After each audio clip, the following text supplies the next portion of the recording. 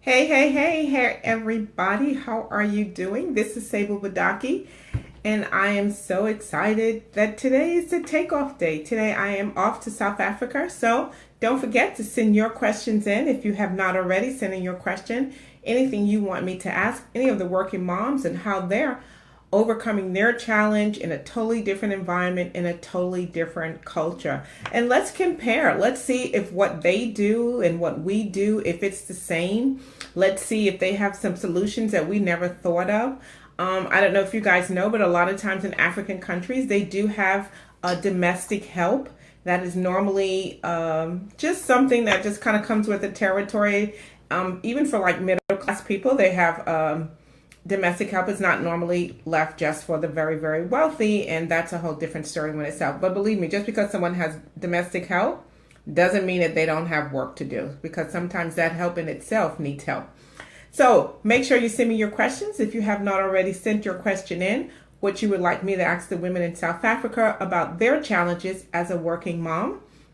We're also going to be talking with some other women who are career women and women of color, and we're going to be talking to them and finding out from them how they're managing as a woman of color in South Africa in the corporate world. And so I know, hey Mila, how you doing? I miss my maid too, but welcome to the US of A. So today I want to talk to you about, what do you do when your boss assigns you a mission impossible? What happens when your boss comes up to you and says basically that, hey, I have this project and it needs to be done within X amount of time, or I have this assignment and it needs to be done with this amount of money, which is under budget, or I need you to complete this huge task, and you only have these people who are going to be able to support you. What do you do when that happens? And so this is what most women do. We go, oh my gosh, we put on our big S on our chest and we become super women, and we run in to our save the day mode, and we're going to make it happen. And we do make it happen, because that's what we do as women. We make lemon out of lemonades all the time. We take a situation and we expand it and we make it look so different than it ever has before. We take situations and it was going bad. We come in and we turn it around and make it go great. I mean, that's what we are. We're miracle workers. But I think that's great, and we should continue to be miracle workers. But let's do that at home, and let's do that at our friends. And why do I say that? Because when we're at work and we become that miracle worker, no one looks at us as, oh my gosh, she saved the day. She's a great manager. Oh, she's a great leader. What they say is, oh, she's really good doing busy work. So let's think about it for a minute. The work that you have just been assigned, that task, that assignment, that project, it's something that usually just came up. So this is not a major project that's going to have a major impact to the bottom line of the organization. It's just something that probably dropped on your boss's desk, and he's looking like, who can I give this to? And he looks your way and drops it on your desk. So this is not something that probably has a strategic element to it. It's probably more tactical.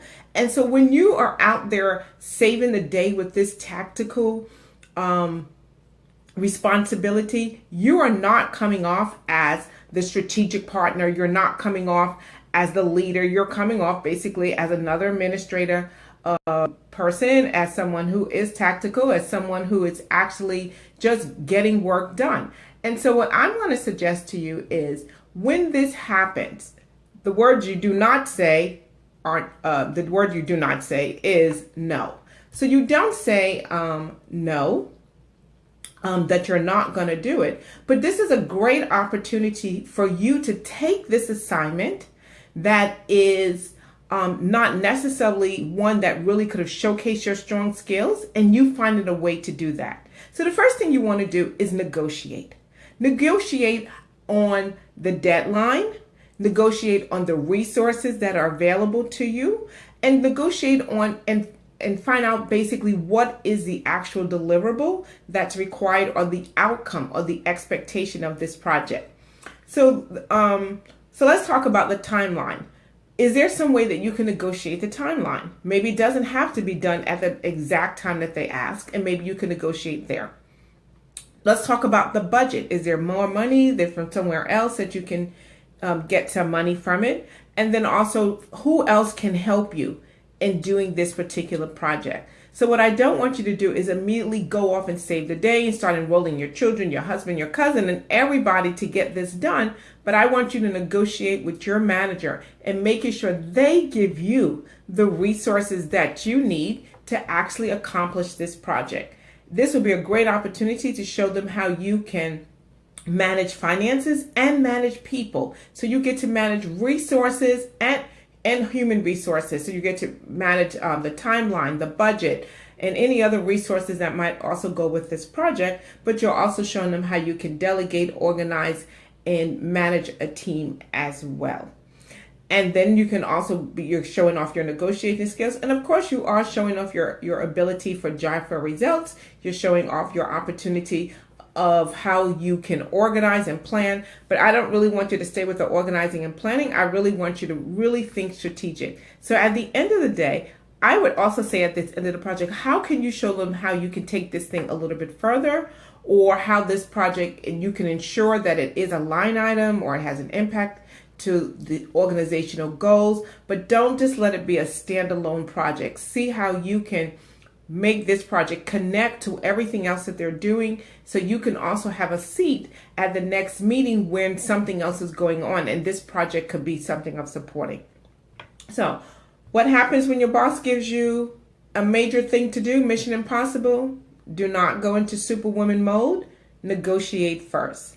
And one of the things that we have found out is that the only ones who are going into superwoman mode is women. Men, when they're giving that project, they kind of chuckle, they laugh, they're like, you got to be kidding, oh no way, I'm not going to do this, or you're not really serious. And then they start to negotiate. So that's what I'm encouraging you to do. You negotiate all the time for your children, you negotiate for your siblings, your friends. This is a great time for you to negotiate for you. So no more miracle worker, get the job done. So I hope you guys are having a great day. I will see you in a couple of days. The next time I see you, I should be in South Africa. So I'm so excited. And don't forget, send your questions and let's have a great time. And thanks for your comments, Mila. I'm sorry, I don't have my glasses. Let's see. Rally your team and synergize and share the work. Yes, that's great. Yeah, get your team involved, but make sure when you get your team involved that you also let your managers know that this work has to require some more resources. So he's not just seeing that you're just doing all by yourself. All right.